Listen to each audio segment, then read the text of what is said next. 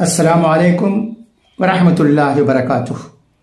خطبات احتشام الحق جلد اول سے مولانا احتشام الحق صاحب کا یہ خطبہ پڑھتا ہوں، سنیے گا۔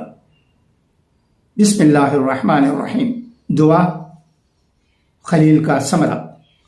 الحمدللہ نحمدہ ونستعینہ ونستغفره ونؤمن به ونتوکل علیہ ونعوذ باللہ من شرور انفسنا ومن سیئات اعمالنا من یهده اللہ فلا مضل له ومن یضلل فلا ہادی له ونشهد ان لا الہ الا اللہ وحدہ لا شریک له ونشهد ان سیدنا ونبینا ومولانا محمدا عبدہ ورسولہ صلی اللہ تعالی علی خیر خلقہ محمد وآلہ واصحابہ اجمعین۔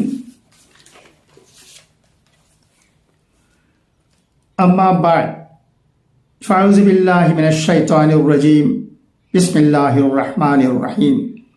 لقد جاءکم رسول من انفسکم عزیز علیہ ما عنتم حریص علیکم بالمؤمنین رؤوف رحیم فإن تولوا فقل حسبی اللہ لا الہ الا ہو علیہ توکلت وہو رب العرش العظیم۔ صدق اللہ مولانا العظیم وصدق رسولہ النبی الکریم ونحن علی ذلک من الشاہدین والشاکرین والحمد للہ رب العالمین۔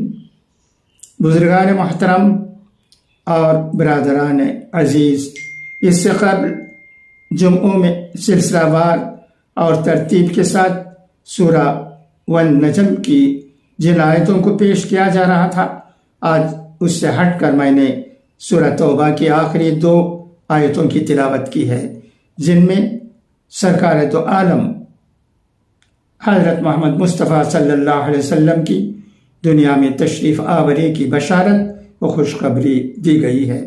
یہ مضمون میں نے اس لیے اختیار کیا ہے کہ اب ہم اور آپ جس مہینے میں داخل ہوئے ہیں، یہ وہ مبارک مہینہ ہے کہ جس میں حضور اکرم صلی اللہ علیہ وسلم کی ولادت باسعادت اور آپ کی تشریف آوری ہوئی ہے۔